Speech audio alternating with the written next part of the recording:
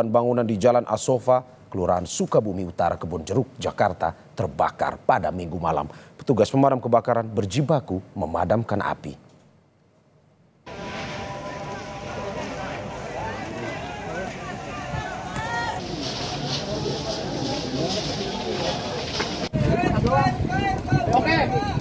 Api berkobar membakar puluhan rumah warga di Kebonjeruk, Jakarta Barat. Petugas mengerahkan 26 unit mobil pemadam dan 125 personel untuk bisa menjinakkan api agar tidak merembet ke bangunan lain. Saat ini upaya pendinginan dilakukan untuk mengurai material yang mudah terbakar agar tidak menimbulkan api kembali dan kepulan asap.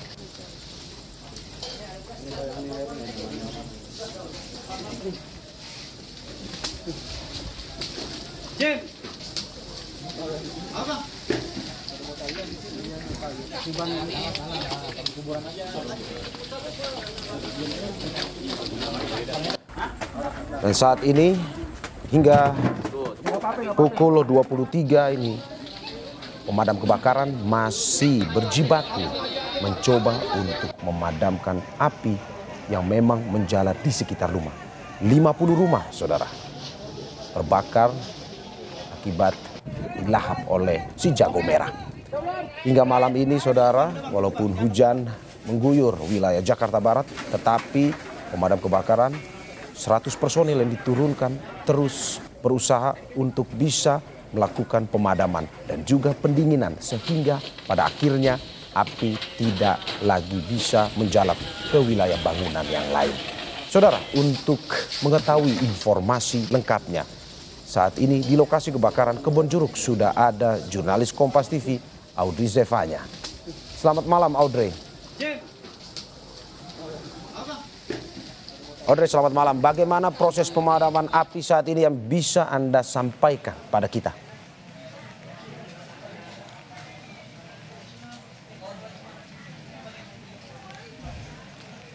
Selamat malam Mario dan juga saudara. Untuk saat ini proses upaya pemadaman api masih terus dilakukan oleh tim petugas pemadam kebakaran. Yang kita ketahui di sini ada sebanyak 50 rumah kurang lebih yang terbakar di kawasan Jakarta Barat. Untuk lokasi tepatnya di mana kebakaran ini terjadi di Jalan Asofa, Kelurahan Sukabumi, Jakarta Barat. Kalau dari info yang kami terima dari Ketua RT setempat, di mana lokasi kebakaran ini terjadi di RT 1 RW 1, dan kalau pernyataan dari Ketua RT ini ada sebanyak 50 rumah terbakar, namun ini juga masih terus dipastikan karena belum bisa didata benar dikarenakan saat ini petugas pemadam kebakaran masih terus melakukan upaya pemadaman api, yang dimana kalau kita lihat ada beberapa kesulitan yang dialami oleh para petugas damkar dalam memadamkan api. Diketahui untuk sumber air yang dibutuhkan oleh petugas damkar ini cukup jauh sumber airnya, yakni ada di Kali Masjid Al Anwar, di mana lokasinya cukup jauh sehingga kebutuhan para pemadam untuk mengambil air kembali ini membutuhkan waktu yang cukup lama, sehingga dari waktu yang cukup lama itu menimbulkan api kembali menyala.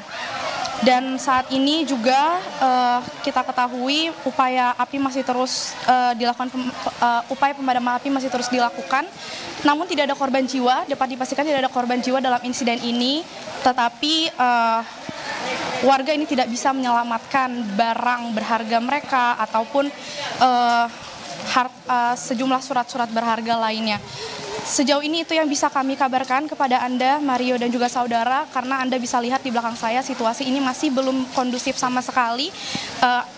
Banyak warga yang masih histeris begitu karena syok melihat rumah mereka yang terbakar, dan juga kabarnya kalau dari info terakhir yang kami terima juga petugas damkar ini lagi ditarik mundur kembali oleh Kepala Regu dikarenakan di salah satu rumah warga ini ada rumah yang menjual berupa tabung gas, sehingga ditakutkan dari api yang masih menyala ini masih bisa timbul ledakan lagi, dan tentunya kami masih akan menunggu kabar selanjutnya sampai kapan api ini masih butuh waktu dilakukan upaya pemadaman. Mario.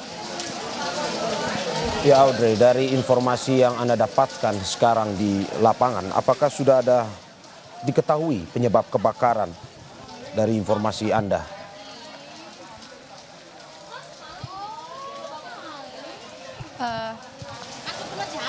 Maaf, saya kurang bisa mendengar suara Anda dengan jelas. Ya, akan saya Boleh ulangi. diulang? Audrey, apakah sudah diketahui penyebab kebakaran dari informasi yang Anda dapatkan?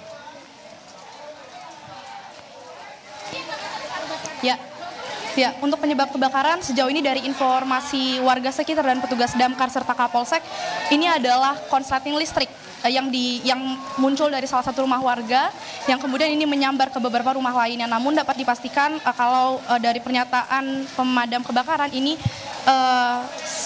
dari sejumlah arah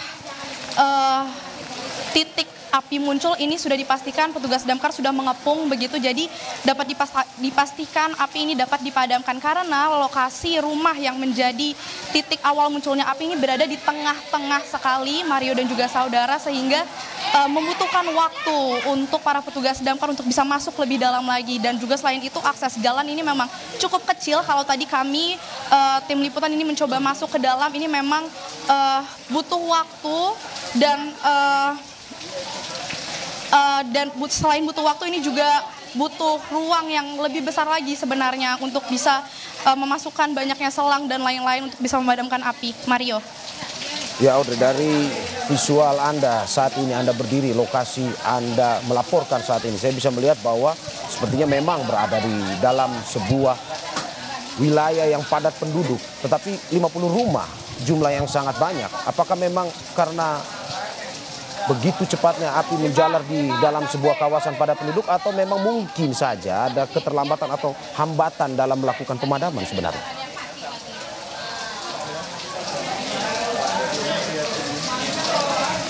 Sebelumnya maaf Mario dan juga saudara, di sini saya tidak bisa mendengar dengan jelas suara Anda dikarenakan memang sinyal di sekitaran area kebakaran ini cukup sulit untuk mendapatkan sinyal karena beberapa rumah warga ini juga dimatikan lampunya